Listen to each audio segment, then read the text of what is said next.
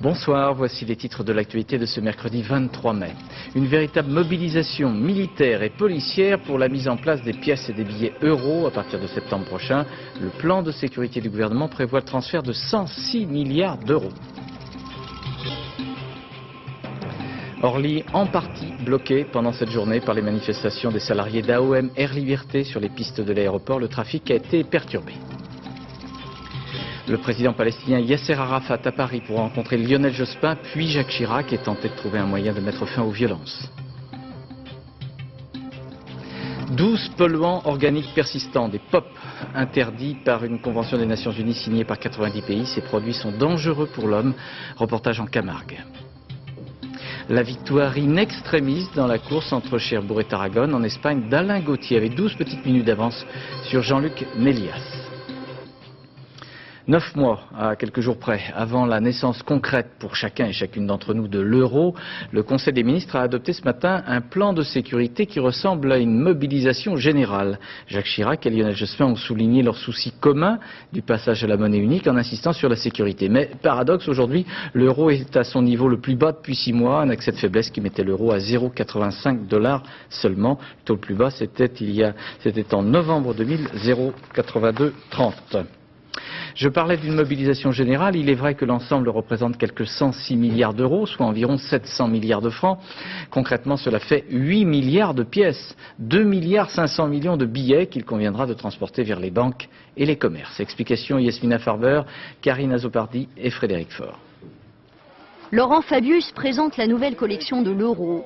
Le ministre de l'économie a aussi dévoilé les grandes lignes d'un plan de sécurité lié au transport de fonds du millénaire, 106 milliards d'euros en convoi sur les routes de France. La police, la gendarmerie et l'armée seront mobilisés. Nous comptons bien sûr sur les convoyeurs qui vont faire leur travail très bien comme ils le font toujours, mais nous aurons des moyens supplémentaires à disposition. L'information sur les transferts est classée secret défense, mais l'on sait déjà que 6 escadrons de CRS et 12 de gendarmerie vont escorter 14 000 convois dès septembre prochain. Notamment des convois de billets produits dans les ateliers de Chamalières dans le Puy-de-Dôme. 1 500 000 coupures seront acheminées vers les succursales de la Banque de France. Ensuite, l'argent sera stocké dans les centres forts, les QG du transport de fonds. Destination finale, les banques, les postes et les commerces. Pour les pièces, c'est une autre affaire. Elles pèsent 32 000 tonnes, le poids de la Tour Eiffel. On a donc privilégié la solution du rail. Des trains suivis par satellite vont partir de Pessac, le site de production, pour se diriger vers 5 centres régionaux de préstockage. Ensuite, c'est aux convoyeurs de jouer. Un certain nombre d'attaques qui ont été perpétrées l'an dernier contre des fourgons sont, selon les policiers, des répétitions en attendant le grand jour. Donc autrement dit, ce que je crains, c'est le grand jour. Les convoyeurs veulent aussi faire passer un message aux braqueurs. Les billets en francs qu'ils transporteront au retour seront percés de petits trous. Ils n'auront plus aucune valeur.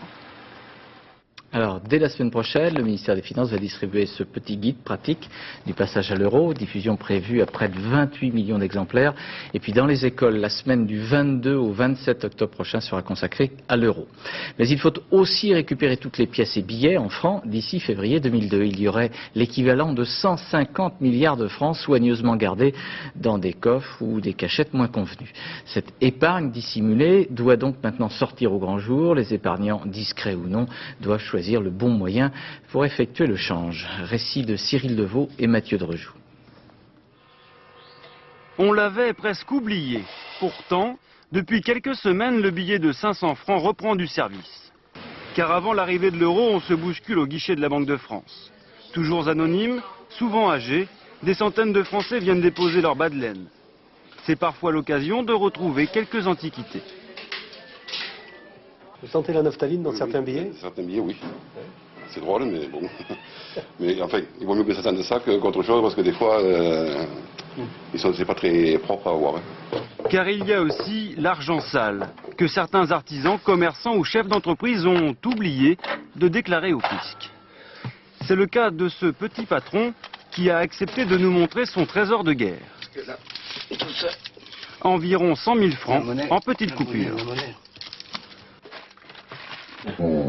des économies d'une dizaine d'années de travail qui correspondent à petits bénéfices pour partir en vacances avant l'euro. Pour écouler leurs économies, beaucoup se font plaisir. Chez ce concessionnaire, par exemple, les achats en espèces de pièces détachées ont explosé. On a noté une recrudescence de règlements en espèces, pas pour des sommes très importantes, mais des sommes de 1000 à 2000 francs qui étaient réglées habituellement en chèques le sont aujourd'hui pour certains de nos clients ou de clients qu'on ne voyait pas auparavant sont réglés en espèces. La loi interdit aux commerçants d'accepter les paiements en liquide supérieurs à 20 000 francs. Pourtant, lorsque nous proposons de régler cash une télévision à 25 000 francs, certains vendeurs se montrent plutôt arrangeants. Nous, on voudrait faire un achat d'un liquide avec l'arrivée de l'euro. Je sais pas si on peut payer tout en liquide ou pas. Ah oui, il y a tout ça. Le bas de laine des Français représente environ 150 milliards de francs, la moitié des pièces et billets mis en circulation par la Banque de France. Selon nos informations, les paiements en liquide ont augmenté de 7 milliards depuis le début de l'année. L'explosion est attendue cet été. Et le dossier complet sur l'euro, c'est sur france2.fr. Publication aujourd'hui des résultats de la croissance en France au premier trimestre, 0,5% en plus au lieu des 0,8 attendus. C'est en dessous des prévisions du gouvernement. Et puis les prix à la consommation au mois d'avril ont augmenté de 0,5%. Cela fait 1,8% sur un an. Les salariés en grève de la compagnie aérienne AOM Air Liberté ont effectué une démonstration spectaculaire cet après-midi à Orly. Ils ont bloqué une des principales pistes, paralysant un instant le trafic aérien. Pour les voyageurs, l'accès à l'aéroport et les départs ont été problématiques. Reportage Jean-Bernard Schmitt et Rémi Poissonnier. Ils avaient promis de tout bousculer, à commencer par les habitudes. Pas question d'occuper l'aérogare, trop classique. Les manifestants se sont offerts un gibier de choix. Invasion des pistes, en dépit de toutes les consignes de sécurité. Pour une fois, on va se faire entendre, mais bien comme il faut. On va nous prendre au sérieux, je pense. Un gros coup sous l'œil des CRS. Les décollages interrompus pendant 1 heure. Les salariés d'AOM et d'Air Liberté voulaient au moins cela pour faire savoir tout le bien qu'ils pensent de leur PDG. J'ai toujours voulu faire ça, c'est ma passion, travailler dans l'aérien. Et je trouve pas ça normal qu'ils nous prennent pour de la merde. Il est pas du tout humain. Voilà. Bravo. Malgré le dépit, il faut trouver la force de se soutenir, de rester ensemble pour refuser 1328 suppressions de postes. Les syndicats, eux, n'en finissent plus de tirer des signaux d'alarme. Je n'ai jamais vu une entreprise se développer en tapant sur les salariés. Il n'y a aucun, projet social dans ces entreprises depuis des années. La direction actuelle ne sait que cumuler les plans sociaux. Je pense qu'il est temps de faire autre chose. Mais qui dit manifestation, dit aussi grève. Nous on a réservé il y a 2 mois, il n'y avait pas de vol le jeudi, donc on est obligé de... Tous les vols AOM et Air Liberté de la journée ont été annulés. Malgré cela, les voyageurs sont restés plutôt compréhensifs. Je suis pas du tout en colère, je comprends que les gens fassent grève, c'est pas marrant de paumer son boulot comme ça. Les avions des 2 compagnies cloués au sol, c'était le premier objectif des grévistes.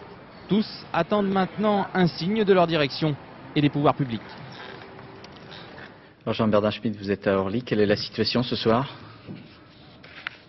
Eh bien Claude, au soir de cette mobilisation, de cette journée d'action, les salariés d'AOM et d'Air Liberté sont plutôt satisfaits de leur action. Alors, en attendant un nouveau comité d'entreprise prévu pour lundi, ils viennent à l'instant, pour une grande partie d'entre eux, de décider de reprendre le travail. En revanche, les pilotes de la compagnie AOM ont eux décidé de continuer la grève. Ce qui veut dire, en termes de trafic, des perturbations encore pour demain.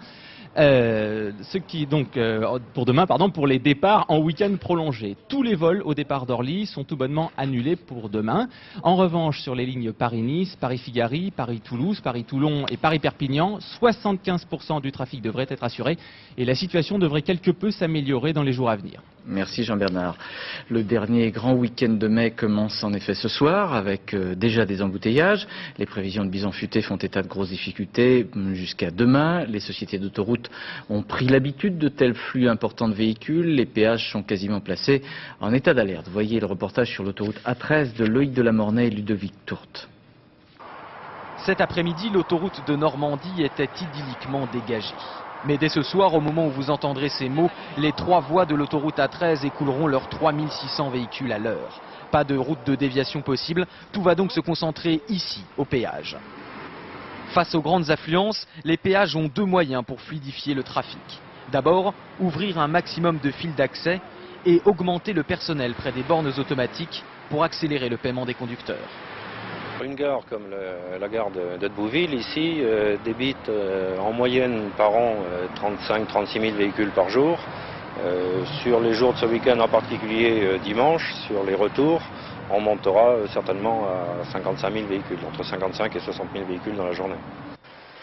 Les receveurs sont préparés, notamment pour dimanche prochain, journée noire des retours. Au moins préfèrent-ils les grands jours de départ où les conducteurs sont comme par hasard plus courtois au guichet. Les gens, comme ils s'en vont en vacances, ils sont plus agréables. Quand on travaille, c'est pas du tout pareil. Et vis-à-vis du personnel et tout, on rigole bien de temps en temps. Il y a des gens qui rigolent avec nous et tout. Mais tout ne se joue pas au péage. L'ensemble du réseau est surveillé par une cinquantaine de caméras réparties aux endroits stratégiques.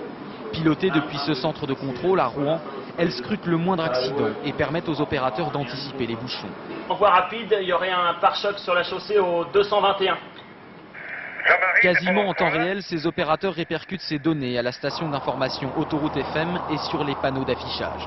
Des panneaux qui, dès l'an prochain, communiqueront aux conducteurs les temps de parcours estimés, comme sur le périphérique parisien. Dans quelques minutes, à Matignon, ils seront 6 à table. François Hollande, Jean-Michel Baillet, Dominique Voynet, Robert Hue, Jean-Pierre Chevènement vont dîner avec Lionel Jospin. Le moins que l'on puisse dire est que ces dernières heures, au sein de la majorité plurielle, on ne s'est pas trop fait de cadeaux. Dernier exemple, ce matin, à l'Assemblée nationale, avec un échange aigre-doux entre le communiste Maxime Grémetz et la ministre Elisabeth Guigou concernant la loi de modernisation sociale. L'une et l'autre n'ont pas la même vision des choses. Deuxième amendement, il n'y a même plus, je dirais, d'envoi au comité d'entreprise. Donc ça me paraît, je dirais, ça ne mange pas de pain, comme dirait l'autre, mais ça ne change rien. Nous avons d'un côté, n'est-ce pas, M. Grémetz, qui dit il faut refuser les amendements proposés par le gouvernement parce que c'est pas assez. Vous pouvez crier, M. Grémetz. Vous pouvez préférer vous fier aux propos du MEDEF qu'aux propos tenus par le gouvernement. C'est votre responsabilité. Alors tout aussi surprenant, cet entretien entre Jacques Chirac et Jean-Pierre Chevènement à l'Élysée. Rien d'officiel n'était prévu. L'entourage du président a indiqué que les propos des deux hommes avaient porté sur l'Europe, la décentralisation et la Corse. 3 sujets sur lesquels M. Chevènement se distingue, on le sait, de M. Jospin. Alors Alban Mikosi, le dîner de Matignon, pour être une habitude, n'en est pas moins inhabituel. Oui, Claude, au départ, vous le disiez, il y a cette habitude de fêter au mois de mai l'anniversaire de la victoire de la gauche aux législatives. C'était il y a 4 ans. Mais ces dernières semaines ne se sont pas très bien passées pour la majorité plurielle. Il y a eu d'abord des élections municipales décevantes et puis un parti communiste qui, à force de courir après son électorat, a des propos de plus en plus durs pour la politique économique du gouvernement. Enfin, Jean-Pierre Chevènement qui poursuit une trajectoire, disons, personnelle, qui l'éloigne chaque jour davantage de la majorité plurielle. Alors quelles seront, si vous le savez, les réponses de Lionel Jospin ? Bien, on a quelques informations qui nous permettent de dire que Lionel Jospin va un petit peu dramatiser le ton. Il va dire en effet à ses partenaires qu'il y a des conditions dans lesquelles il pourrait être candidat l'an prochain. La première de ces conditions, c'est que chaque parti de la majorité soit fier de l'action entreprise depuis 4 ans. Et la deuxième de ces conditions, c'est que les attaques des candidats de gauche portent naturellement davantage sur la droite et notamment sur Jacques Chirac. Faute de quoi, il pourrait très bien renoncer à se présenter à l'élection présidentielle. Ce sont des propos qu'il tient également devant les journalistes. Vous les retrouverez dans une interview qu'il a accordée ce week-end à la presse écrite, au Figaro Magazine exactement. Merci Alban. Et puis M. Jospin a reçu Valéry Giscard d'Estaing il y a quelques minutes pour parler avec lui de l'Europe. Et puis enfin, il y a pour M. Jospin un autre souci, celui de la publication de ce petit ouvrage aux éditions de Noël, signé Arnaud Montebourg, député socialiste, reprenant sa proposition tendant à renvoyer Jacques Chirac en haute cour de justice. Reportage Alexandre Cara et Arnaud Boutet. Ce n'est certainement pas le roman de l'année, mais ce pourrait bien devenir le feuilleton du printemps. Ce petit livre blanc, signé Arnaud Montebourg, 93 pages pour une résolution destinée à envoyer le président de la République devant la Haute Cour de justice. L'auteur se défend de toute manœuvre politique, ce qu'il réclame, c'est la même justice pour tous, comme selon lui, d'autres responsables en leur temps. Lorsqu'en 1992, M. Chirac, dans un article paru dans Le Monde, demandait la Haute Cour pour M. Fabius pour précisément lutter, je le cite, contre l'injustice, je crois que M. Chirac, d'une certaine façon, peut voir ses paroles et ses écrits retournés contre lui-même. Et déjà, ils sont 31 députés à avoir apporté leur signature à la proposition Montebourg. Aujourd'hui, c'est Bernard Seux, le député maire de Béthune, le tombeur de Jacques Mélic, qui a rejoint la liste des parlementaires frondeurs. Il faut dépasser cette notion de groupe, et j'en appelle, moi, à la conscience de chacun et de chacune, au-delà même du groupe du PS. À l'Assemblée nationale, l'opposition réagit. Un communiqué des groupes RPR, UDF et DL accuse nommément le Premier ministre de ne pas être étranger à cette affaire.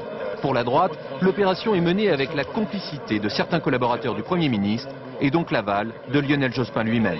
Même si cette complicité est tacite, il est clair qu'on ne peut pas imaginer que le Parti socialiste et celui qui est son chef naturel, c'est-à-dire le Premier ministre, ne soient pas quand même au courant du développement des initiatives de M. Montebourg. Au PS, où on a du mal à faire respecter la discipline de groupe, on pointe l'initiative d'un homme seul. Le problème, c'est qu'Arnaud Montebourg, qui est engagé dans une sorte de croisade et un combat très personnel, j'allais dire très médiatique, se trompe. Et que son action, qui vise à traduire le président de la République en haute cour, est stérile. Elle n'aboutira pas. Vous le savez. Et même si cette procédure apparaît comme un vain combat, en tout cas, l'initiative d'Arnaud Montebourg pourrait bien empoisonner les prochains mois de la cohabitation. Quant aux propos d'Arnaud Montebourg sur l'utilité ou l'inutilité du travail parlementaire, Paul Quilles avec Yvan Levaille y revient dans un livre des députés Pourquoi faire aux éditions Stock. À droite, c'est Charles Pasqua qui manifeste avec vivacité son écœurement après la mise en examen de son ami Jean-Charles Marchiani dans l'enquête sur le trafic d'armes vers l'Angola. Charles Pasqua, devant les étudiants de l'ESSEC à Cergy, dans le Val d'Oise, était hier soir particulièrement remonté. Reportage Alix Vouyeguet et Zindine Boudaoud. La droite a-t-elle des idées? C'était le thème de la conférence donnée par Charles Pasqua. Le président du RPF a fini par aller là où on l'attendait, c'est-à-dire sur la mise en examen de Jean-Charles Marchiani. Nous avons un gars qui est Marchiani, qui est allé risquer sa peau pour sortir les otages du Liban. Qu'est-ce qu'on trouve à dire aujourd'hui de sordides affaires qui n'ont rien à voir avec la réalité? Eh bien, je suis écœuré. Si on était en Angleterre, il aurait été fait chevalier, et s'il avait été aux États-Unis, il aurait été couvert d'or. Nous, on est des minables. Pasqua Marchiani, un couple indissociable en politique, comme devant la justice. Hier, Jean-Charles Marchiani a tenté de répondre aux soupçons des juges. Il nie avoir touché 750 000 $ de Pierre Falcone dans le cadre d'un trafic d'armes présumé vers l'Angola. Mais les juges veulent aussi savoir pourquoi l'ex-préfet du Var a-t-il décoré Arkady Gaïdamak. Cet homme aurait permis la libération, il y a 6 ans, des 2 pilotes français retenus en otage en Bosnie. Voilà pourquoi ce milliardaire russe aurait été décoré. À l'initiative de l'Élysée, insiste Marchiani, présent ce jour-là. Le président de la République a estimé utile de marquer la reconnaissance de la République à M. Gaïdamak et lui a décerné sur son contingent personnel la croix de chevalier de l'Ordre national du mérite. C'est pas plus compliqué que ça. Pour Jean-Charles Marchiani, à travers lui, c'est Charles Pasqua qui est visé. Objectif, l'écarter de la course à la présidentielle. De toute façon, rien ne m'empêchera d'être candidat, sauf Dieu. L'avenir de Charles Pasqua dans les mains de Dieu et peut-être aussi un peu dans celle des juges. Après Jean-Charles Marchiani, il pourrait à son tour être mis en examen. Le Premier ministre et le chef de l'État ont reçu successivement, fin d'après-midi, Yasser Arafat, le président palestinien, à Matignon, puis à l'Élysée. Hier, le Premier ministre israélien, Ariel Sharon, appelait les dirigeants palestiniens à conclure un cessez-le-feu, mais refusait le gel des implantations juives. Pour M. Arafat, le discours de M. Sharon n'était qu'un exercice de relations publiques. Il était difficile, dans ces conditions, pour les dirigeants français, de convaincre M. Arafat de faire un geste. Commentaire Alain Chalvron et Gilles Jacquier. Yasser Arafat avait l'air grave en partant ce soir pour Matignon où l'attendait Lionel Jospin. Le leader palestinien a une partie à jouer et il le sait. La communauté internationale est mobilisée pour mettre en œuvre un plan américain, le plan Mitchell, qui prévoit que chacune des parties contribue à réduire la violence, ce que les deux ont accepté, mais aussi le gel de la colonisation israélienne, ce qu'Ariel Sharon a refusé. À sa sortie, Yasser Arafat a rappelé d'une part l'acceptation palestinienne du plan Mitchell, mais d'autre part que ce plan Mitchell est un tout indivisible. Son ministre des Affaires étrangères Nabil Chat a enfoncé le clou. La différence entre notre position et celle des Israéliens, c'est que nous acceptons tout le plan Mitchell, nos obligations et les leurs. Eux ne voient que nos obligations et ne voient pas les leurs. Sur le terrain aujourd'hui, malgré l'appel au cessez-le-feu d'hier lancé par Ariel Sharon, les combats ont continué. Un Israélien a été tué dans cette voiture près de la colonie d'Ariel. Il y a quelques minutes, Yasser Arafat est arrivé au palais de l'Élysée. Jacques Chirac, comme Lionel Jospin tout à l'heure, lui demandera sans doute un signe de bonne volonté. Alors Jean-Marc Ilouz, que peuvent attendre les dirigeants français de Yasser Arafat et de cette visite ? Eh bien Claude, avec la visite aujourd'hui du Palestinien Arafat et celle en juin de l'Israélien Sharon, la France ne prétend nullement faire ou négocier seule un miracle au Proche-Orient, mais simplement retrouver les moyens d'arrêter un engrenage sanglant. Pas seul, parce que cette fois-ci, une fois n'est pas coutume d'ailleurs, Américains et Européens sont sur la même ligne ou presque, sur un texte que Palestiniens et Israéliens affirment tous deux accepter, un texte précis, le plan Mitchell. Problème, les Israéliens veulent bien du cessez-le-feu, mais pas du gel de leur colonie. Pour les Palestiniens, ces deux exigences du rapport Mitchell sont inséparables. Alors, fort du rapport Mitchell, les Français, sans mâcher leurs mots, vont demander à tous leurs visiteurs, palestiniens aujourd'hui, mais ensuite israéliens, libanais, syriens, de prendre des engagements publics sur les mesures concrètes qu'ils sont prêts à prendre ensemble pour permettre la fin de l'escalade et éventuellement un retour à la table de négociation. Merci Jean-Marc. À Paris, ce soir, des manifestants anti-Arafat du Likoud, le parti de M. Sharon, protestaient contre la venue du président palestinien à Paris. Mais ce fut encore en Cisjordanie une journée de violence. Des responsables palestiniens affirment que l'armée israélienne a mené plusieurs incursions dans des zones de la bande de Gaza. Au cours de ces différentes incursions, de ces bombardements, 45 Palestiniens, dont 10 enfants, ont été blessés. D'autre part, un civil israélien grièvement touché par des tirs palestiniens hier près de la colonie d'Ariel a succombé à ses blessures. Nos envoyés spéciaux Agnès Varamian et Alon Grégo se sont rendus à Bethel, c'est près de Ramallah, dans l'une des implantations juives où les recommandations politiques officielles de retenue ne sont guère appréciées. La route surplombe Bethel. David Chawat y vit depuis 7 ans. Il a retrouvé ici, dit-il, la terre de ses ancêtres. Les 4200 colons voisinent avec Ramallah, la ville autonome palestinienne à quelques centaines de mètres. Dans le petit cimetière en contrebas, gît la dizaine de victimes de plusieurs années d'intifada. On a une mère et son fils, il y a 5 ans, on a un jeune de 19 ans, on a un jeune de 20 ans, des gens qu'on a cruellement assassinés. C'est Tsahal qui protège Bethel depuis sa construction il y a 20 ans. La colonie jouxte la base militaire, sa présence, les entraînements au tir rassurent les colons. Alors que le gouvernement demande plus de retenue à l'armée, n'est pas une bonne nouvelle. Il n'y a aucun pays dans le monde qui se fait tirer dessus par quelqu'un et qui lui supplie d'arrêter de tirer. Quand on se fait tirer dessus, on doit amener l'ennemi à nous supplier d'arrêter. Les familles religieuses ont toutes entre 5 et 10 enfants.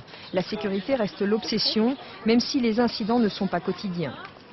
Les transports publics sont protégés d'éventuels tirs.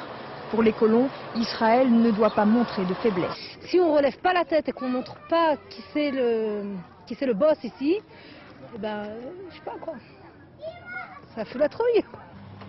Alors comme vous voyez ici, ça doit être aménagé en jardin, il y aura des constructions. Tania Bochko commercialise les nouveaux appartements de Bethel. Ils sont 2 fois moins chers qu'à Jérusalem. Elle recrute dans la communauté juive de France et est soulagée qu'Ariel Sharon refuse toujours le gel des colonies. C'est Israël qu'on veut attaquer, on veut nous tuer parce qu'on est juif et ça n'a aucune importance où on habite. Donc c'est clair que ce n'est pas en gelant des implantations que c'est ça qui va nous amener la paix. Les colons n'ont aucune confiance dans les dirigeants palestiniens et exigent d'Ariel Sharon un discours de fermeté totale. Les maisons se vendent bien, 100 nouvelles familles sont encore attendues à Bethel cette année. Une audience de 3 heures à huis clos au tribunal correctionnel de Reims pour juger un adolescent qui avait faussement accusé son professeur d'actes de pédophilie. L'enseignant s'était suicidé, son accusateur, aujourd'hui âgé de 17 ans, n'a pas reconnu avoir menti. Compte rendu Florence Bouquilla et Laurent Siron. Ce jeune garçon de 17 ans, de dos, qui attend avec ses parents que la porte du palais de justice de Reims s'ouvre, a accusé son prof de gym d'attouchement sexuel. C'était il y a 4 ans. Accablé par ces accusations, le prof de gym, Bernard Rance, s'était tiré une balle dans la tête. Aujourd'hui, l'adolescent est jugé pour dénonciation mensongère. 3 heures d'audience à huis clos, une épreuve dont l'épouse et les frères de Bernard Rance ressortiront désemparés. On ressent un véritable gâchis terrible. Un homme honnête et puis un gamin, et un emballement, une précipitation, et si on avait pris le temps d'écouter, si on avait pris le temps de... S'il y avait eu cette confrontation, cette explication, tout aurait été démonté très vite. Depuis 4 ans, l'adolescent a plusieurs fois varié dans ses déclarations. Cet après-midi, il a encore donné une nouvelle version des faits. Dans l'explication qui est donnée, ça serait peut-être une mauvaise interprétation d'un geste. L'adolescent a-t-il menti ou bien a-t-il mal compris le geste de son professeur? Le procureur de la République a demandé la confirmation de sa culpabilité, laissant la peine à l'appréciation du tribunal. Et si l'on évoque plus souvent que ces dernières années les affaires de pédophilie, c'est que la parole des victimes s'est libérée. Pour autant, après un excès de silence honteux, il peut arriver que l'on aille trop loin dans la prise en compte des déclarations des enfants au risque de porter atteinte à la présomption d'innocence. Quelques-uns le pensent, dont ce professeur, interrogé par Valérie Hermite et Agnès Gardet et Raymond Chaplard, victime d'une dénonciation mensongère. C'est l'histoire d'un enseignant, d'une bonne élève et d'une mauvaise note. Jean-Paul, professeur de sciences physiques depuis 20 ans, n'aurait jamais imaginé que le 8 sur 20 attribué ce jour-là aurait de telles conséquences. La réponse de l'élève fut cinglante et immédiate. Elle l'accuse de s'être masturbé devant elle à la fin du cours. Quelques heures après, on est mis 48 heures en garde à vue et immédiatement en examen. Bon, j'ai fini par être innocenté, mais quelle épreuve! Et puis, de toute façon, à elle, il lui est rien arrivé. En fait, pour le moment, elle est gagnante. Il lui est rien arrivé et elle a réussi à se venger. Et de quelle façon? 1 an et demi après, la justice a donné raison à Jean-Paul. C'est un non-lieu. Mais le mal est fait. 15 mois de suspension de l'éducation nationale et la suspicion, toujours. Aujourd'hui, il dit n'avoir qu'un seul but, que l'élève soit à son tour condamné pour cette parole qui a fait tant de dégâts. Un combat partagé par d'autres, au point qu'un collectif s'est créé pour soutenir les victimes de fausses allégations. La précipitation avec laquelle agit l'administration, sans discernement, quand il y a des accusations de ce type faites par les enfants, cette précipitation conduit à des situations dramatiques. Nous pensons qu'il doit y avoir un moment d'évaluation de ces accusations. Protéger l'enfant, mais prendre le temps d'évaluer sa parole, les professionnels ne disent pas autre chose. Leurs mots doivent toujours être pris en compte, mais attention à ne pas les sacraliser. Pendant longtemps, on n'a pas vraiment fait attention à ce qu'ils disaient ou bien on a cherché à étouffer leurs propos. Mais nous sommes peut-être dans un temps d'excès actuellement où la moindre évocation par un enfant d'un abus ou d'une violence sexuelle à son encontre entraîne une réponse d'emblée tournée vers la justice. Trouver le juste équilibre, c'est tout l'enjeu et toute la complexité aussi. Comment ne pas laisser au bord de la route des enfants en danger et dans le même temps ne pas détruire des adultes souvent désarmés face à de fausses accusations d'enfants. En Seine-Saint-Denis, à Montreuil, les pratiques acrobatiques impressionnantes, à l'exemple des yamakasi qui cabriolent d'un toit d'immeuble à un autre toit d'immeuble, ont fait une victime. Un adolescent de 14 ans a chuté d'un entrepôt, il est dans le coma. Les images des yamakasi ont un impact très fort sur ces ados et les accidents très graves ne sont jamais loin. Reportage Florent Muller et Delphine Orviller. Les héros ne sont pas toujours des exemples. Lundi soir, 5 adolescents de Montreuil grimpent sur la toiture d'un entrepôt. Au bout de quelques pas, une plaque de plexiglas cède sous leur poids. L'un d'eux perd l'équilibre et tombe, une chute de 6 mètres. Il est depuis hospitalisé. C'est le 2e accident de ce type en Seine-Saint-Denis en près d'un mois. Des enfants qui se baladaient, qui jouaient sur les toits, là il y a toujours eu, au niveau de la surveillance, il n'y a jamais personne, enfin bref, ça a toujours été un coin où il y a eu plein de problèmes. Selon les enquêteurs, les jeunes auraient joué les yamakasi, figure casse-cou d'un film grimpant sur les buildings comme dans le box-office. Depuis les bottes de 7 lieux, les enfants savent pour la plupart distinguer fiction et réalité. Mais les apparences sont parfois trompeuses. Il y a de plus en plus d'images qui font appel comme ça à du virtuel qui semble réel, quoi. Et que là, il y a confusion possible pour certains adolescents en difficulté ou qui traversent une période un peu difficile ou qui vivent dans un environnement où le sens de la réalité n'est pas assez prononcé.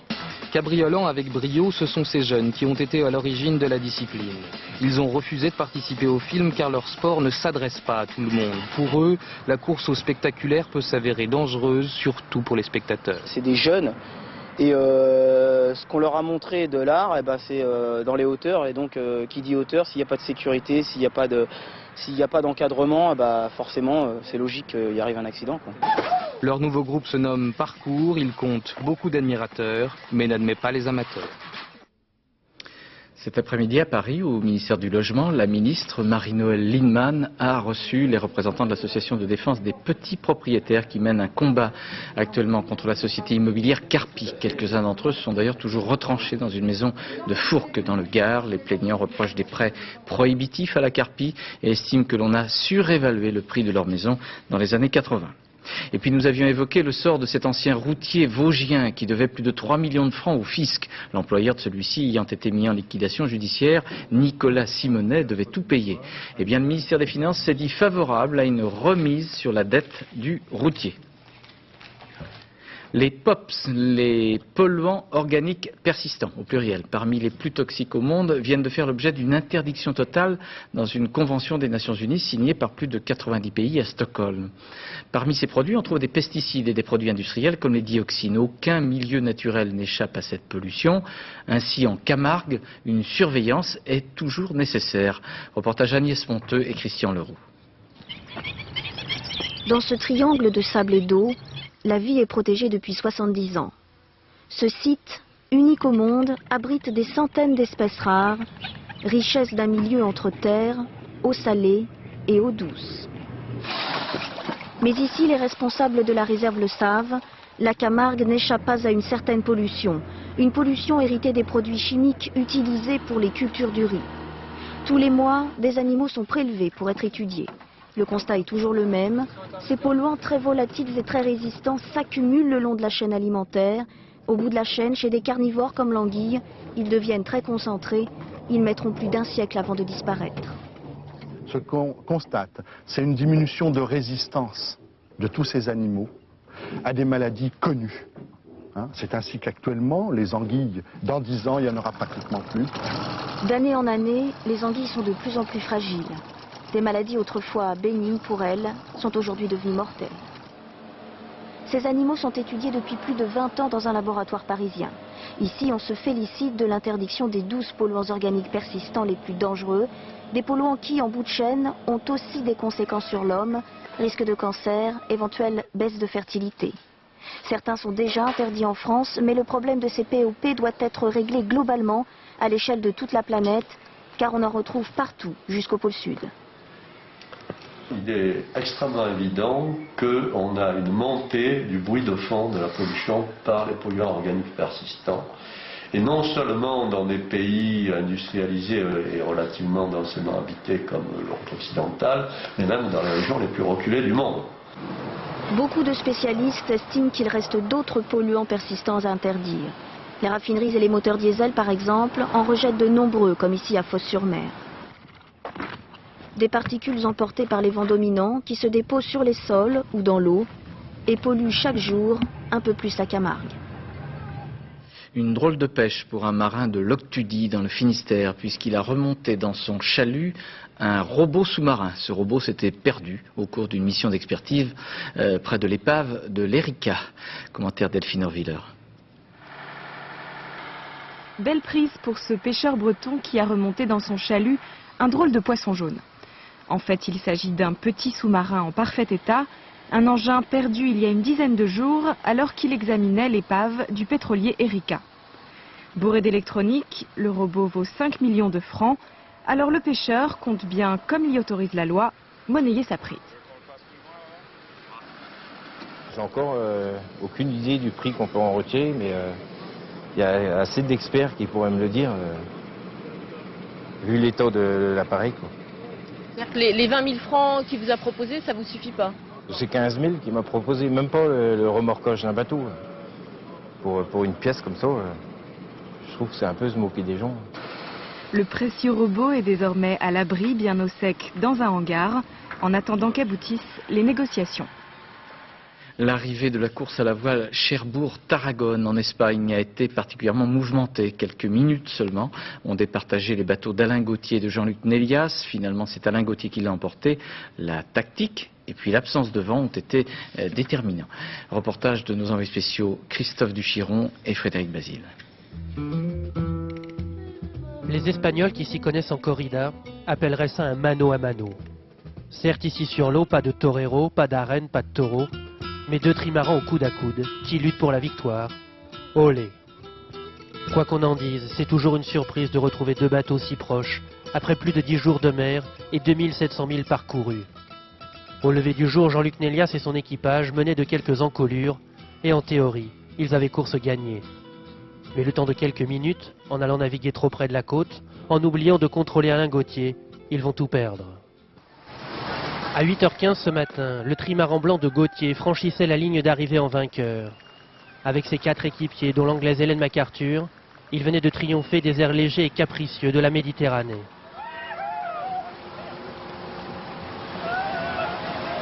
On se disait, de toute façon, Belgacom est devant, il va nous couvrir, il va nous marquer, comme il l'a fait, comme on a navigué depuis 24 heures. Et puis, chose incroyable, il a laissé la porte ouverte. Et on ne s'est pas gêné. Désolé pour eux, mais on ne s'est pas gêné. On n'a jamais dit on va arriver deuxième. On n'a jamais dit là on a perdu 40 000, c'est fini. Jamais. On a toujours dit c'est le bateau, c'est pas la fin. C'est pas fini. Et voilà quoi. Au total, 12 minutes vont séparer Gauthier le premier de Nélias le second. 12 petites minutes, dérisoires à l'échelle du parcours. On a été une espèce de locomotive l'un et l'autre, nous plutôt souvent devant, et puis ils nous ont sucé la roue jusqu'à l'arrivée, et jusqu'au dénouement. Ça n'est peut-être qu'une supposition, mais il nous a semblé que le champagne de Jean-Luc Nélias avait un petit goût amer. Peut-être.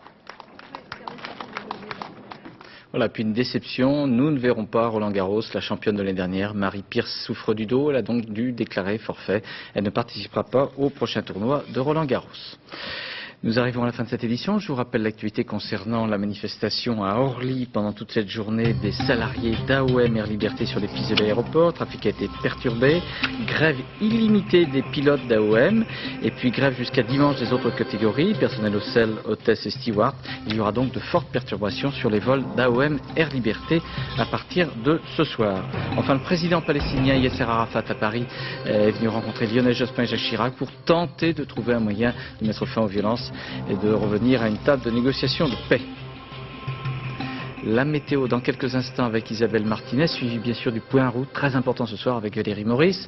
Minuit 55, le dernier journal présenté par Laurence Piquet, suivi du magazine de Philippe Lefebvre, des mots de minuit. Demain, 7h50, dans les 4 vérités, Gérard Morin recevra Maxime Grémès, le député communiste. À 13h, vous trouverez Gérard Rolls. À demain 20h. Bonsoir, merci.